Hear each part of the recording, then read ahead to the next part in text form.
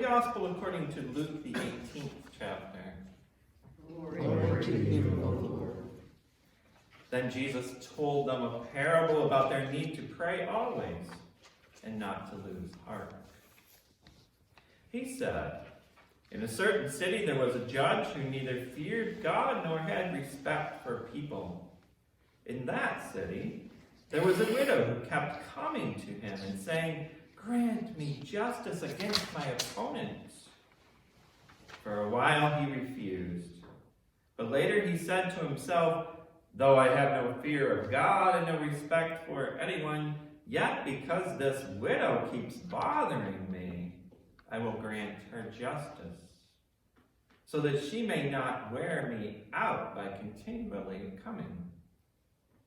And the Lord said, "Listen to what the unjust judge says. And will not God grant justice to his chosen ones who cry to him day and night? Will he delay long in helping them? I tell you, he will quickly grant justice to them. And yet when the Son of Man comes, will he find faith on earth?" This is the gospel of the Lord. Praise to you, O Christ. Please be seated.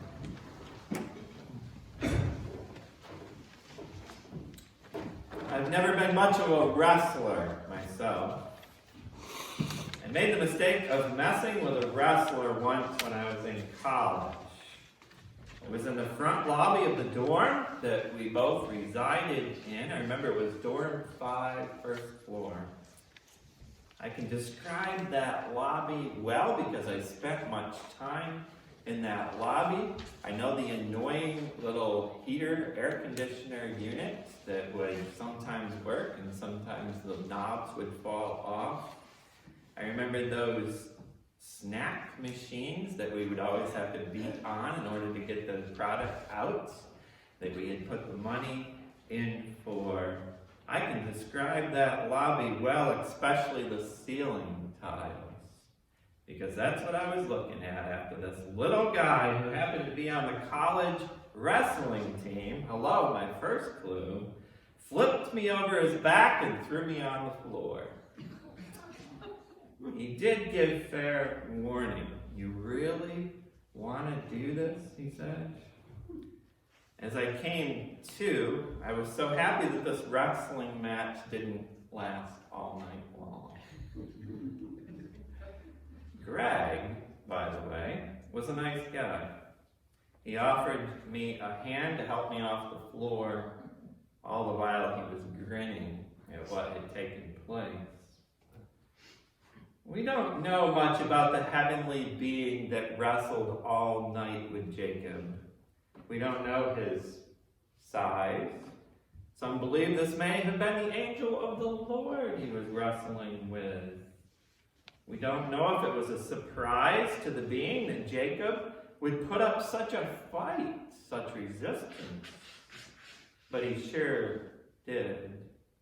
I encourage you to read the backstory of Jacob and his family, starting in chapter 26 of Genesis. Jacob certainly wrestled with plenty in his life. Talk about family systems. And this family, Abraham, Isaac, Jacob, are the forefathers of 3 major religions on this planet: Judaism, Islam, and Christianity. If you think you have too many issues and God can't use you, I remind you of who God chooses to be his hands and his feet and his voice in this world. Jacob's struggle was real. And he wasn't just wrestling with God. All his life he had conflict. And he was on his way, preparing to meet his brother Esau, who he had tricked out of his proper birthright and who he had stolen a primary blessing from. He had some things to wrestle out that night. And I believe that God was there to feel that resistance, to witness firsthand the fervor in Jacob's fight. God found Jacob in the wilderness of his life, and God met Jacob face to face that night. God heard Jacob's cry. In the gospel lesson, Jesus tells the story of a woman who has struggles with an opponent. And she comes before the civil servant who is supposed to bring justice to the situation.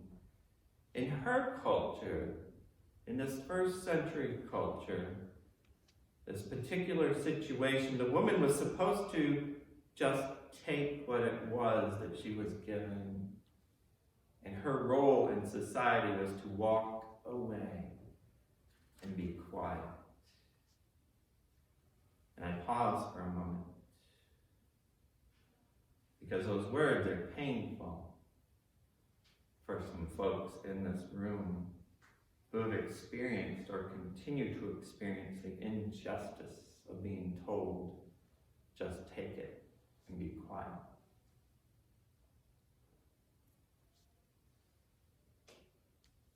Jesus is using these parables as he journeys through his wilderness on the way to the cross.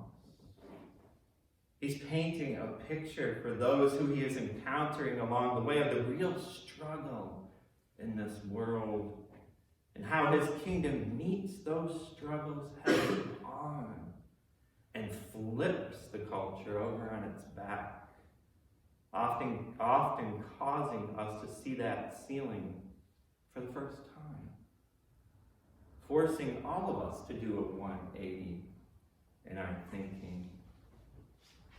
Jesus doesn't ignore this woman, who has no name, by the way. Lazarus, from a few weeks ago, had a name.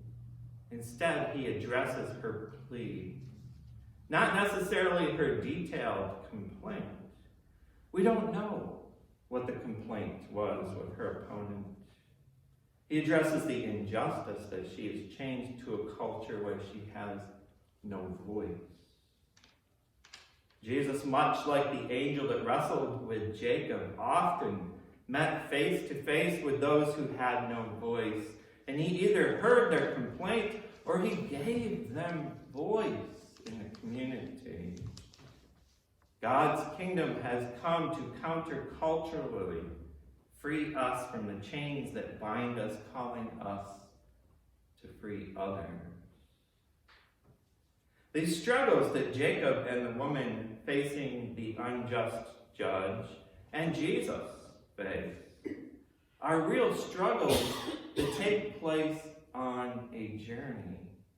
This isn't pain that occurred once upon a time behind the scenes, pain from the past that these folks are now telling the happy ever after joyous story of being free from. This is pain that is happening right in the present. In the culture in which we live, people often view the church as a place where people come once they get their act all cleaned up, or once their current crisis is over, instead of a place where people can come and be heard in the present, allowing people the sanctuary to meet God face to face in our midst. I may have shared with you before that when I was doing my clinical pastoral care unit at York Hospital, I asked a woman that I encountered who was struggling with an alcohol relapse if I could contact her pastor for her, because she was talking about the church that she was involved with and how much community there is there and fellowship there. And she said, "Oh, no, I'll get better, then I'll go back to church. Please don't let my pastor see me like this." One of the many precious gifts that St. Matthew has been given, one that has been identified by newcomers, is the hospitality that is given in this place, the genuineness. The, hey, those people in that church really want us there.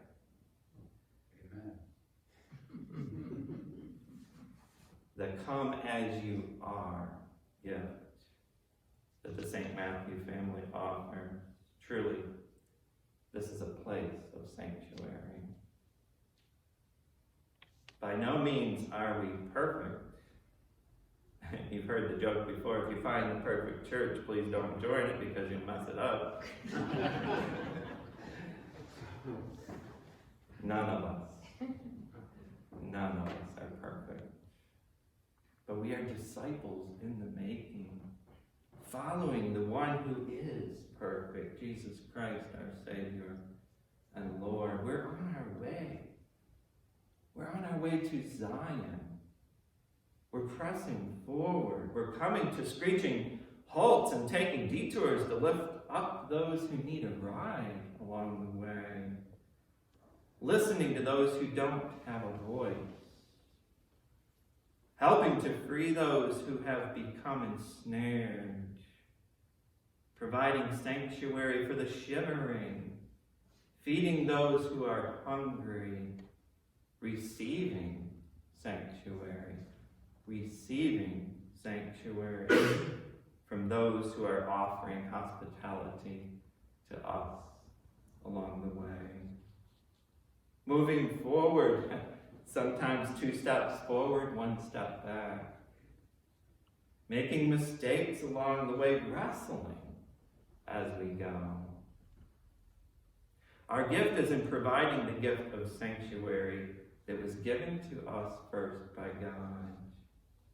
May we never forget where that gift came from. As I prepared for my proclamation today, I reminisced when I was reviewing Jacob's wrestling. I reminisced about my college wrestler friend. For the first time, it occurred to me to research him on Facebook. I'd never looked him up. Sure enough, I found him. I was shocked. He's old like me.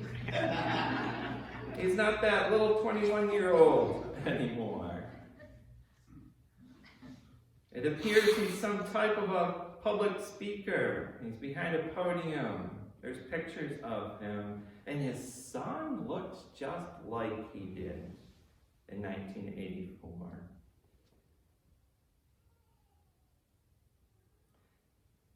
I think of the inner struggle that I wrestled with in college and beyond. And I wonder what struggles Greg has had along the way. That would be a powerful conversation, wouldn't it?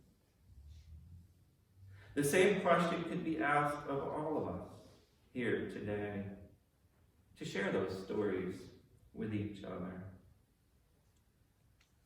I thank God for those wrestling angels all along the way.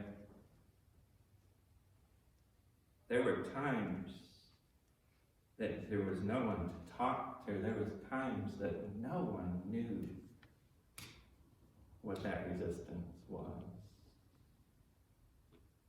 I thank God for a church or two along the way that opened their doors for me and listened to me and followed the Holy Spirit's leading and giving me a home and a voice.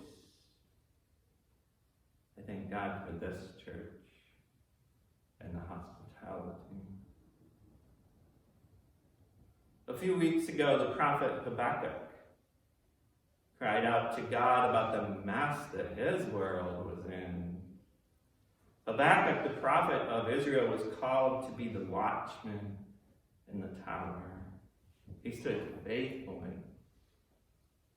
There was perseverance there. And he waited on God.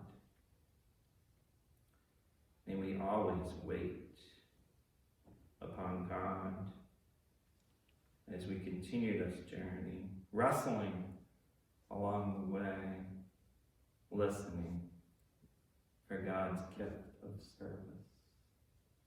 Amen.